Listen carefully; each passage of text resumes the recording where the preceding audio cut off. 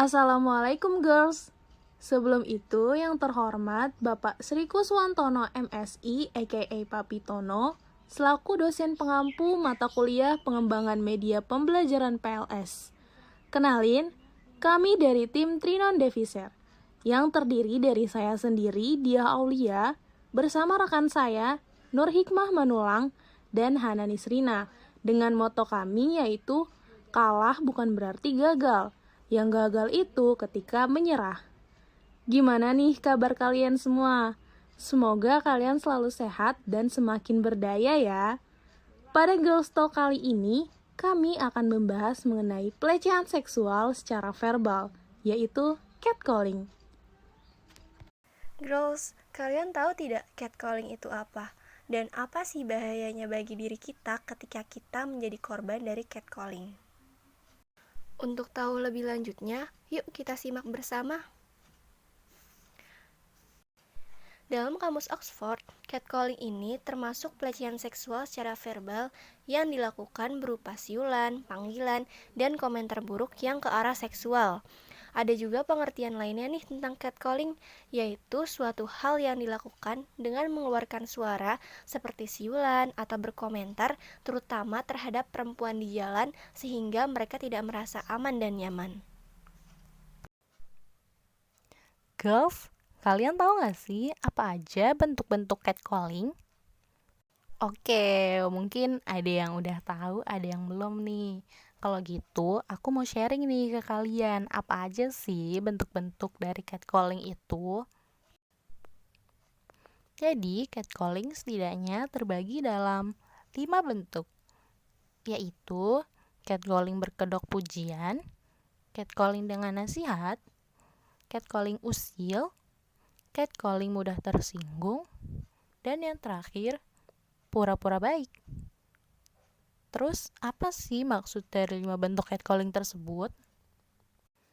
Yang pertama, catcalling berkedok pujian, yaitu pelecehan seksual verbal yang dikemas berbentuk pujian.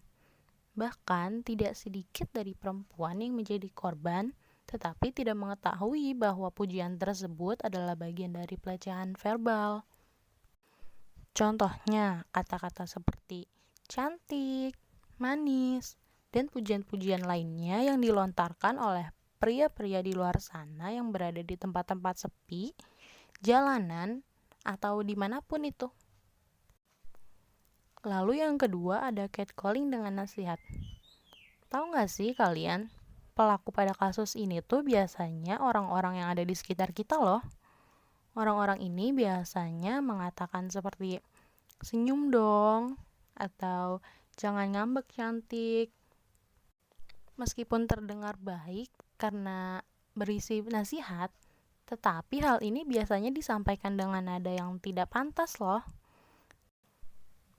Lalu untuk bentuk catcalling yang ketiga ini biasanya berupa tindakan usil pelaku yang berupa membunyikan klakson, bersiul, atau berteriak dari kendaraan jika kamu sedang dalam perjalanan. Namun, biasanya pelaku dengan bentuk catcalling seperti ini tidak sendirian, melainkan mereka berkelompok atau bergerombol dengan teman-temannya. Kemudian yang keempat nih, yaitu catcalling mudah tersinggung. Bentuk catcalling yang satu ini biasanya dikatakan sebagai catcalling yang aneh, karena hal ini terjadi ketika korban tidak menanggapi si pelaku dan muncullah catcalling usil. Ini sebagai perwujudan karena si pelaku tidak menerima tanggapan yang sesuai dari catcalling yang dilontarkan, seperti cantik, boleh minta nomor WA-nya? Kemudian kamu menjawab tidak.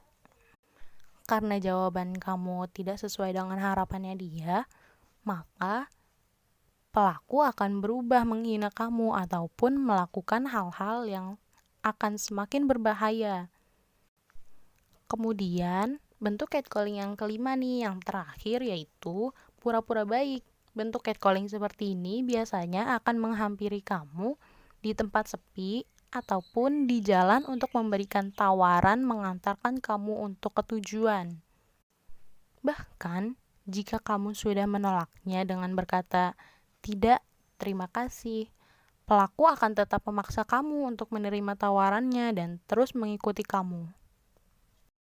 Nah, dari penjelasan barusan, kita dapat ketahui bersama nih bahwa catcalling seakan masih dianggap lumrah oleh banyak orang karena hanyalah ungkapan dan kata-kata yang dilontarkan secara bebas kepada siapa saja. Bahkan, sebagian orang yang merasakan catcalling tersebut itu bagian dari pujian.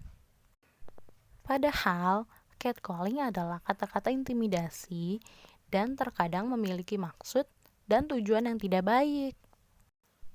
Pada umumnya, wanita merupakan target utama dan terjadi di tempat-tempat umum ataupun di tempat yang sepi, yang akan menimbulkan ketidaknyamanan dan perasaan tidak aman bagi kita untuk bepergian.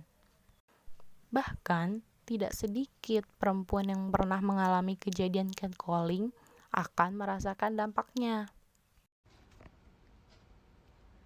Dampak dari catcalling terhadap perempuan itu bervariasi loh, dan tergantung pada bentuk kasusnya juga. Nah, untuk dampak psikis itu ada dua jenis. Ada dampak jangka pendek dan dampak jangka panjang. Dampak jangka pendek hanya dialami sesaat atau selang beberapa hari, seperti rasa kesal, marah, terhina, dan malu. Selanjutnya, ada gejala dampak psikis jangka pendek, ditandai dengan sulit tidur atau insomnia, dan berkurangnya selera makan, serta menjadi tidak bersemangat dalam menjalani aktivitas. Selain itu, ada juga dampak panjang, seperti trauma terhadap laki-laki. Jadi, sikap kita ketika bertemu laki-laki itu akan ada rasa takut yang berlebihan. Kalau sikap seperti ini didiamkan saja, akibatnya juga akan berpengaruh terhadap jiwa kita atau yang dinamakan kekacauan tekanan jiwa pasca trauma, disebut post-traumatic stress disorder. Umumnya ada 3 kategori kekacauan tekanan jiwa pasca trauma. Yang pertama yaitu hyperarousal. Ditandai dengan adanya perasaan yang seakan-akan peristiwa buruk itu terus terjadi. Yang kedua, instruction, di mana ingatan-ingatan tentang hal yang mengerikan itu terus terjadi. Dan yang terakhir adalah numbing, atau disebut mati rasa. Jadi, ketika mengalami numbing, sikap kita menjadi dingin, cuek, atau tak acuh terhadap siapapun. Dan ini bahaya banget buat diri kita loh. Oh ya girls, kira-kira apa sih yang harus dilakukan ketika kita menjadi korban dari catcalling? Yang pertama, yaitu menghindari atau melawannya. Ketika kita menjadi korban, alangkah baiknya kita melawan pelaku tersebut, tetapi tetap melihat situasi dan kondisinya. Karena jika kita tetap melawan namun situasi dan kondisinya tidak memungkinkan, maka nihil untuk bisa melawannya dan lebih baik menghindarinya. Yang kedua, berhenti dan menatap pelaku dengan berani. Terkadang pelaku seringkali menganggap bahwa perempuan itu lemah dan tidak berdaya. Maka dari itu, sebagai perempuan, kita bisa nih menunjukkan keberanian kita seperti misalnya ketika sedang berada di jalan dan mengalami situasi catcalling.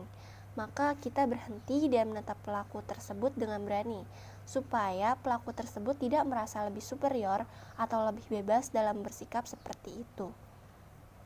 Yang ketiga, percaya diri. Ketika kita percaya diri, itu dapat meminimalisirkan tindak pelecehan seksual loh.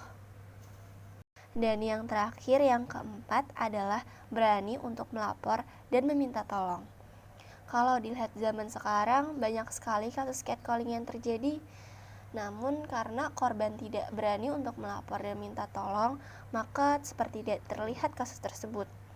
Oleh karena itu, ketika berada dalam peristiwa mengerikan tersebut, jika tidak bisa melapor secara langsung terhadap pihak berwajib, dapat menceritakannya dahulu dengan teman yang terdekat, atau kita bisa menceritakan dengan pihak yang dapat menanganinya, supaya dapat dibantu sampai kondisi kita pulih dan merasa aman kembali. Girls, Setelah menyimak apa yang sudah ditampilkan mengenai pelecehan seksual secara verbal, yaitu catcalling, kita berharap semoga kita semua, khususnya perempuan, dapat mengambil pelajaran supaya bisa lebih aman dan menjaga diri supaya terhindar dari situasi catcalling di mana saja.